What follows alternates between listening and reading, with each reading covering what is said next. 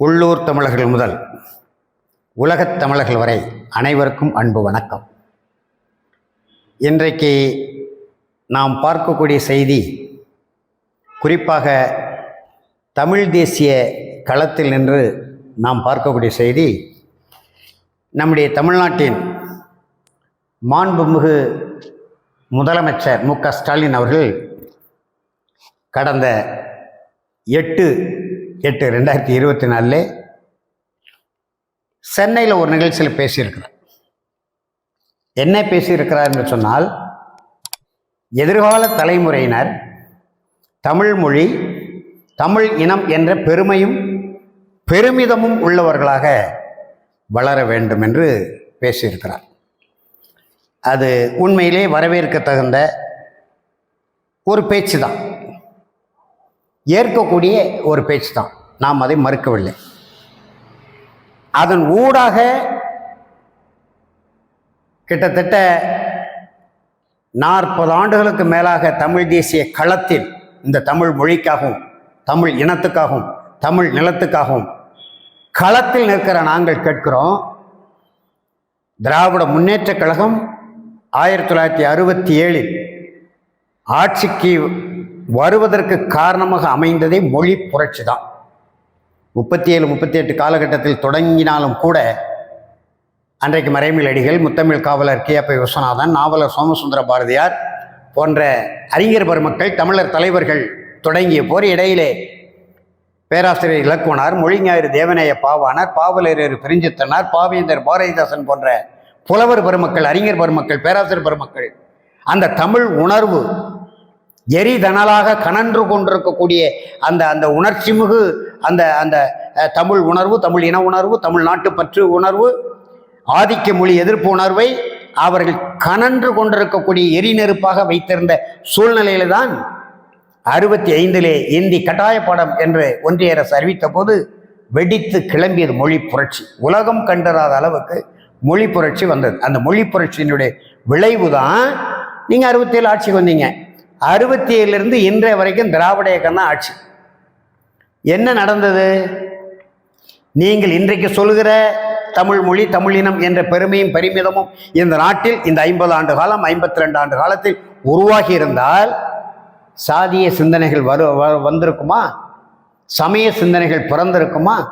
சாதிய படுகொலைகள் இந்த நாட்டிலே நிகழ்ந்திருக்குமா? ஒரு எடுத்துக்காட்டு, நீங்க ஆட்சிக்கு வந்த 1968 அண்ணா முதலமைச்சராக இருக்கும் போதே வெண்மணியில நெற்களஞ்சிய பகுதியில் உழைக்கும் மக்கள், ஒடுக்கப்பட்ட மக்கள், விளிம்பு நிலை மக்கள் ஒரு திராவிடனால, தெலுங்கை தாய்மொழி கொண்ட நிலச்சுவந்தானால 44 பேர் ஒரு குடிசைகள் போட்டு கொளுத்தப்பட்டார்கள். நீங்கள் சமூக நீதி பேசுகிற கட்சி, பொது உடைமை சித்தாந்தத்தை பேசுகிற கட்சி, எல்லோருக்கும் சம வாய்ப்பு, சம உரிமை என்று பேசுகிற கழகம் உங்கள் கழகம். அந்த வெண்மணி படுகொலையை ஒரு பாடமாக கொண்டல்லவா எதிர்கால அரசியலை தீர்மானித்திருக்கணும். நீங்கள் இன்றைக்கு முதலமைச்சராக வந்திருக்கிறீங்க. அண்ணாவுக்கு அடுத்து நீண்ட காலம் 5 முறை முதலமைச்சராக இருந்தவர், நீண்ட காலம் திராவிட முன்னேற்ற கழக தலைவராக இருந்தவர். இந்த தமிழ் மொழி, தமிழினம் என்கின்ற அந்த பெருமிதத்தை ஏன் இந்த நாட்டில் உருவாக்கவில்லை? இன்றைக்கு புதிதாக நீங்க சொல்றீங்க. எனவே உங்களிடம் அந்த கேள்வி கேட்கிறோம். நீங்க நாளைக்கு உங்க மகனை முதலமைச்சராக்குவதற்கான திட்டத்தை தீட்டிக் கொண்டிருக்கிறீர்கள். என்னவாகும் அந்த திட்டம்? கலைஞர் பிறகு நீங்கள் முதலமைச்சர், உங்களுக்கு பிறகு உங்கள் மகன் முதலமைச்சர், உங்கள் மகனுக்கு பிறகு உங்கள் பேரன் முதலமைச்சர். இது குடிநாயக நாடா இல்ல மன்னராட்சி கால சர்வாதிகார நாடா, தன்னதிகார நாடா என்ற கேள்விதான் எழுகிறது. எதுக்கு இந்த வாரிசு அரசியல்? மொழிக்காக உயிர் கொடை கொடுத்தவர்கள் திராவிட முன்னேற்ற கழகத்தில் இல்லையா? 67 ஆட்சிக்கு வருவதற்கு முன்பு உடல் பொருள் ஆவியை இழந்து இந்த கழகத்தை வளர்த்தவர்கள் திராவிட முன்னேற்ற கழகத்தில் இல்லையா? சரி, நீங்கள் வந்து என்ன விளைவு ஏற்பட போகுது? அருள் கூர்ந்து சிந்திக்க வேண்டும். தமிழ் தேசிய உணர்வாளர்கள் இந்த கேள்வியை அரசியல் களத்தில் வைக்க வேண்டும். சும்மா வேடிக்கைக்காக பேசக்கூடாது. அடுத்து பாருங்க, 83ஆம் ஆண்டில் அடி எடுத்து வைக்கும் தமிழின தேக்கம் கொள்கை ஆயுதம் முரசொலி. தமிழ் இனத்தை எங்க காத்தது இந்த முரசொலி? வீழ்வது நாமாக இருந்தால் வாழ்வது தமிழாக இருக்கட்டும். கல்வியில தமிழ் இருக்கா? 2011 முதல்ல நீங்க ஆட்சியில் இருக்கும்போதே சென்னை மாநகராட்சி தமிழ் பள்ளிக்கூடங்களை, தமிழ் வழி பள்ளிக்கூடங்களை ஆங்கில வழிக்கு மாற்றியது யாரு? நம்ம சுப்பிரமணியம் இன்றைக்கு இருக்கிறார், மக்கள் நல்வாழ்வுத்துறை அமைச்சரா. அவர் மேயரா இருக்கும்போது நீங்க தானே ஆட்சியில் இருந்தீங்க, உங்க தந்தையர் தானே முதலமைச்சராக இருந்தாரு. சென்னை மாநகராட்சி பள்ளிகளை, தமிழ் வழி பள்ளிகளை ஆங்கில வழி கல்விக்கு மாற்றியது யாரு? இத்தனைக்கும் தமிழ் வழி கல்விக்காக நீண்ட நெடிய போராட்டத்தை சந்தித்த நாடு தமிழ்நாடு. இன்றைக்கு எங்க தமிழ் இருக்கு? கல்வியில தமிழ் இருக்கா? கடைவீதியில தமிழ் இருக்கா? ஆட்சி மொழியாக தமிழ் இருக்கா? பயிற்சி மொழியாக தமிழ் இருக்கா? நீதி மொழியாக தமிழ் இருக்கா? நிர்வாக மொழியாக தமிழ் இருக்கா? இசை மொழியாக தமிழ் இருக்கா? தொழில் மொழியாக தமிழ் இருக்கா? இறைவனை வழிபடக்கூடிய மொழியாக தமிழ் இருக்கா? எங்க தமிழ் இருக்கு? அப்புறம் எப்படி தமிழினத்தை கொள்கை ஆயுதம் வீழ்வது நாமாக இருப்பின் வாழ்வது தமிழாக இருக்கட்டும் முரசொலியில் மட்டும் ஒரு வரி வரும். ஆனால் வீழ்வது இன்றைக்கு தமிழாக இருக்கிறது, வாழ்வது நீங்களாக இருக்கிறீர்கள், வாழ்வது உங்களுடைய அமைச்சர்களாக இருக்கிறார்கள், வாழ்வது உங்களை அண்டி பிழைக்கிற தமிழர்களும் இருக்கிறாங்க. அதற்காக நாங்கள் தமிழர்கள் இல்லை என்று சொல்லலை. நீங்கள் திராவிடர்களாக இருக்கிறீங்க, உங்களை அண்டி பிழைக்கிற தமிழர்கள் இருக்கிறாங்க. உங்களை யார் யார் அண்டி பிழைக்கிறார்களோ, யார் யார் உங்களுக்கு கைத்தட்டல் போடுகிறார்களோ, அதாவது ஜால்ரா அடிக்கிறார்களோ, அவர்களெல்லாம் வாழ்கிறார்கள்.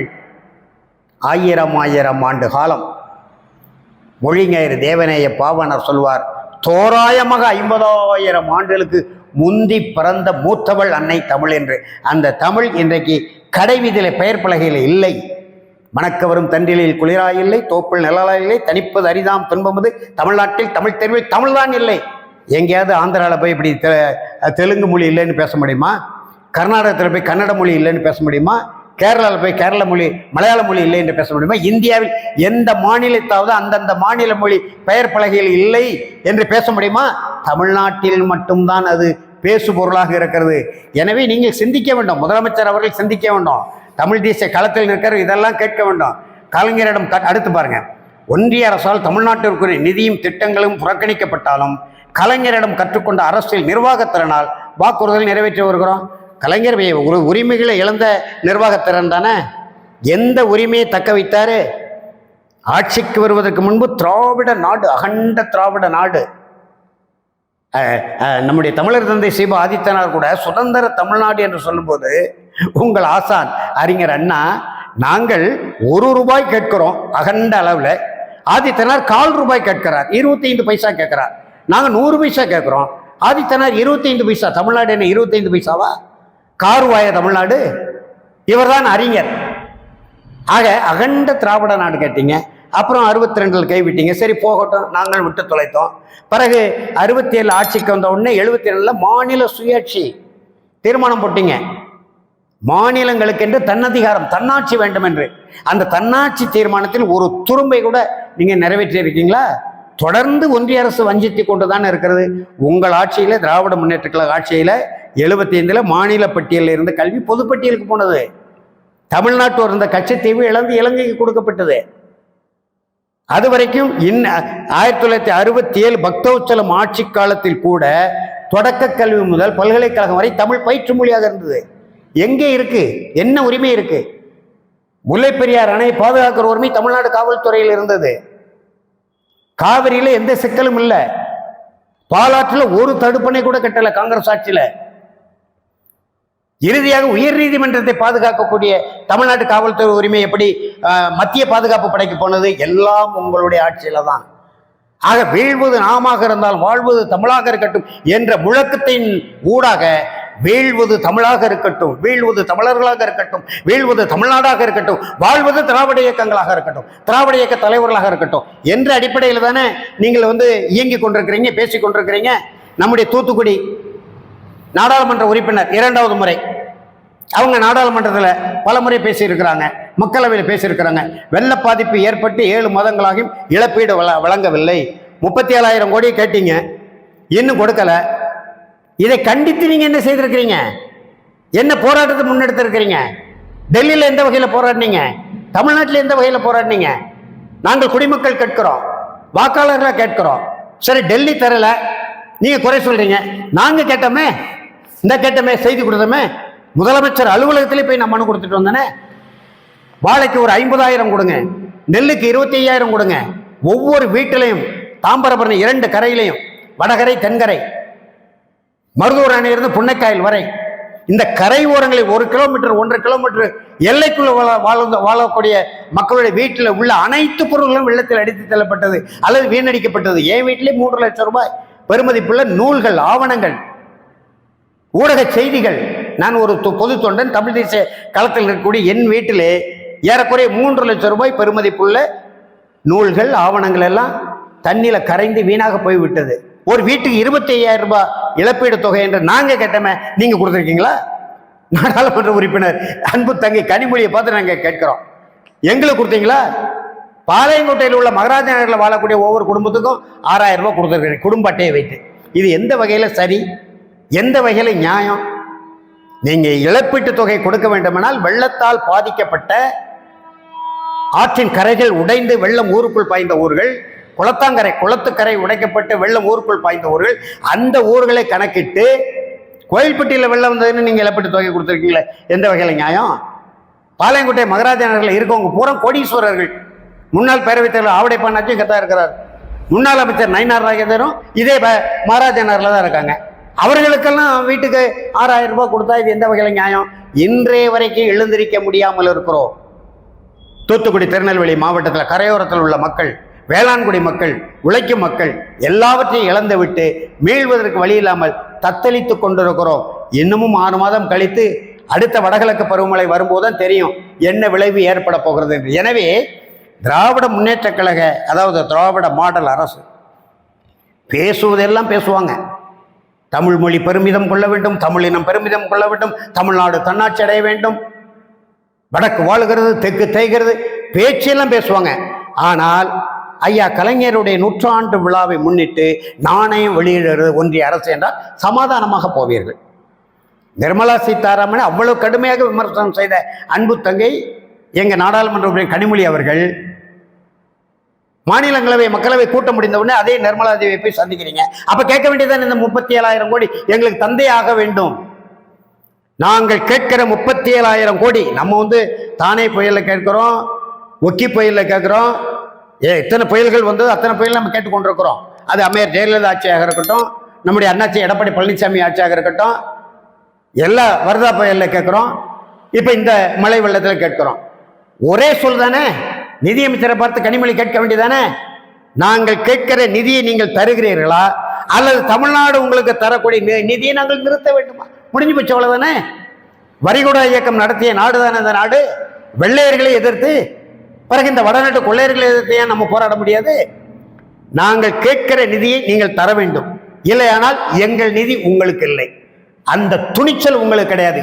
அது பச்சை தமிழனாக பிறந்து ஆட்சிக்கு அதிகாரத்துக்கு எவர் வருகிறாரோ அவருக்கு தான் அந்த துணிச்சல் உண்டு. ஆகையினாலதான் நாங்கள் தமிழ் தேசிய எழுச்சி வர வேண்டும், தமிழ் தேசிய புரட்சி வர வேண்டும். இந்திய அரசமைப்புக்கு சட்டத்திற்கு உட்பட்டு இந்த மாநிலத்தினுடைய ஆளுமை இந்த மண்ணின் மைந்தருக்கு, பச்சை தமிழருக்கு வர வேண்டும் என்று தொடர்ந்து களமாடி கொண்டிருக்கிறோம். அந்த வகையில் நம்முடைய தமிழ் தேசிய களத்தில் அன்றாடம் நின்று கொடுக்கக்கூடிய கள போராளிகள், உணர்வாளர்கள், சிந்தனையாளர்கள், எழுத்தாளர்கள், பேச்சாளர்கள் இப்படிப்பட்ட செய்திகளை எடுத்து எடுத்து எடுத்து நம்முடைய மக்களுக்கு வழங்க வேண்டும். அதன் ஊடாக கருத்தியல் புரட்சியை முதலில் ஏற்படுத்த வேண்டும். கருத்தியல் புரட்சி எந்த நாட்டில் வருகிறதோ அந்த நாட்டில் தான் மக்கள் எழுச்சி ஏற்படும், ஜனநாயக எழுச்சி ஏற்படும், குடிநாயக புரட்சி ஏற்படும். ஆட்சி அதிகாரத்தை தூக்கி இருப்பவர்களை தூக்கி எறிந்துவிட்டு ஒரு புதிய மறுமலர்ச்சி, ஒரு புதிய எழுச்சி, மறுமலர்ச்சியை நோக்கி மக்கள் அரசியல் பாதையிலே நகருவதற்கான வாய்ப்புகள் உருவாகும். அந்த வாய்ப்பை உருவாக்குகிற களத்திலே தமிழ் தேசியர்கள் முனைப்போடு முன்னிற்க வேண்டும் என்கின்ற அன்பான வேண்டுகோளை இன்றைய நாளில் உள்ளூர் தமிழர்கள் முதல் உலகத் தமிழர்கள் அனைவருடைய கவனத்திற்கும் கொண்டு வந்து விடைபெறுகிறேன். நன்றி, வணக்கம், வாழ்த்துகள்.